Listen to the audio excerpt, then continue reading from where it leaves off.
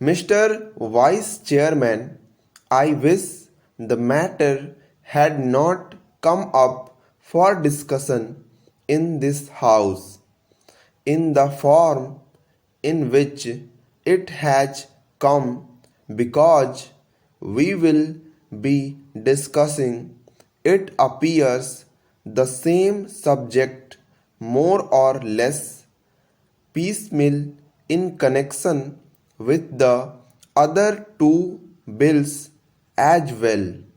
What was necessary for the government in this connection was to provide for a general discussion on the report of the Finance Commission, the kind of thing that we have on such reports, and after hearing the views of the members here, they should have formulated a bill.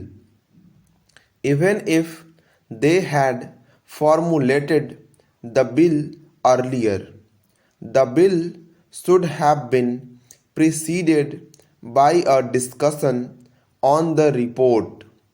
It would then have given us an opportunity of dealing with this rather important subject in our public finance and indeed in our national life.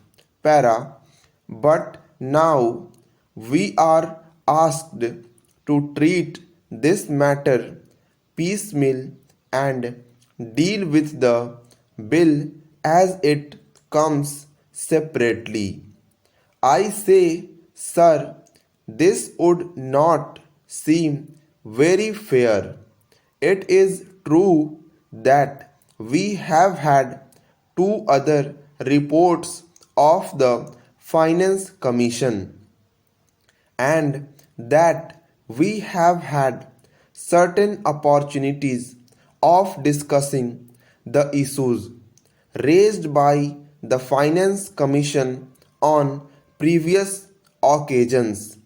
But that should not have precluded a thorough discussion of the third report, more especially after the experience of the two 5-year plans, and generally also after the experience of the states in the matter of public finance and as regards relations between the states and the center.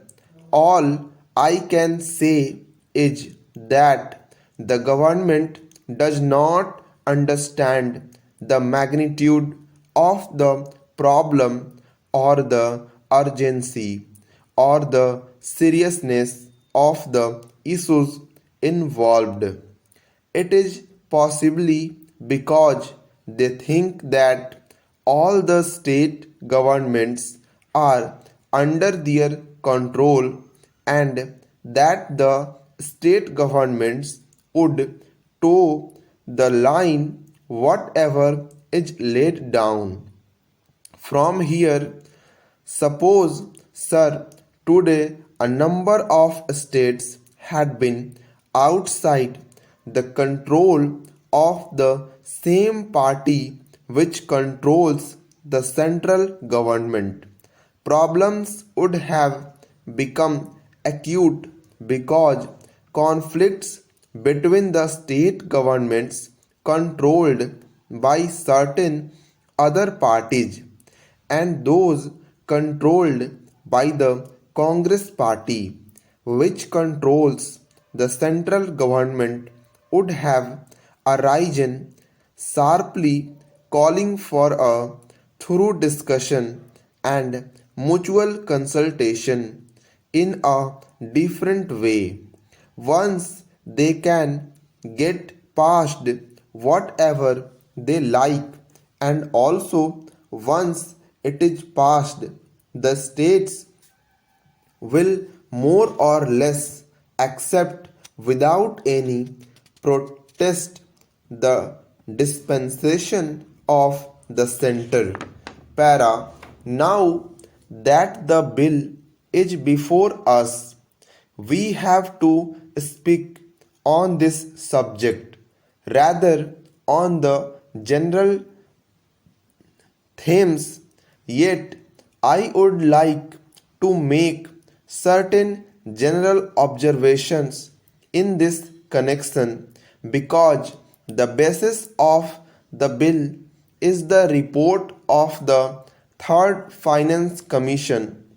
This is a long standing issue facing the public finance of the country.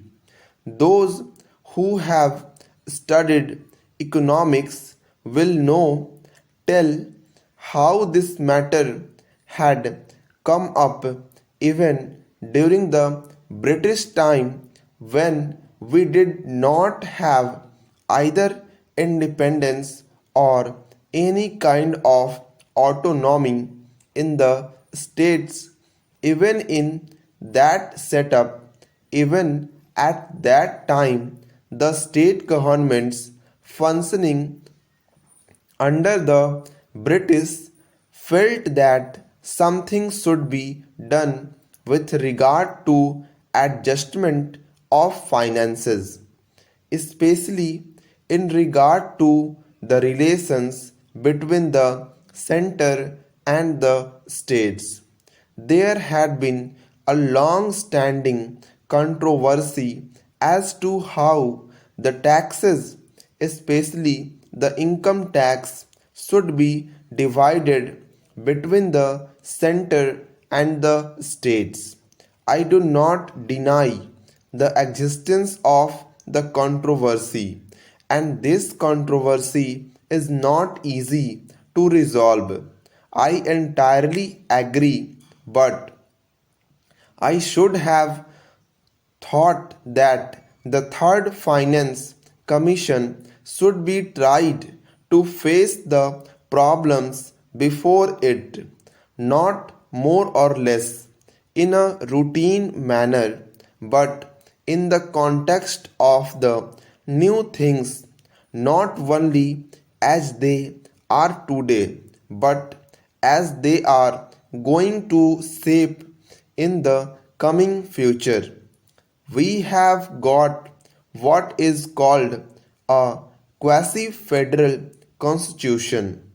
I do not say federal constitution, although the spirit is there, but a quasi federal constitution because most of the powers, many of the powers that should remain with the states are now in the hands of the central government. Therefore, in that way, it is more unitary in character than federal. At the same time, structurally speaking, we have got the state assemblies, legislatures, state budgets, and so on. They function more or less in the same way, but if you go a little deeper into the affairs, it would immediately lead you to think that the states do not have any substantial real power, especially in the market of finance. Perhaps at the time when the Constitution was framed, this aspect did not figure very much in the minds of the makers of the Constitution. We had just become free, and the concept of welding India into a solid nation was uppermost in the minds of those people who framed the Constitution and all others as well.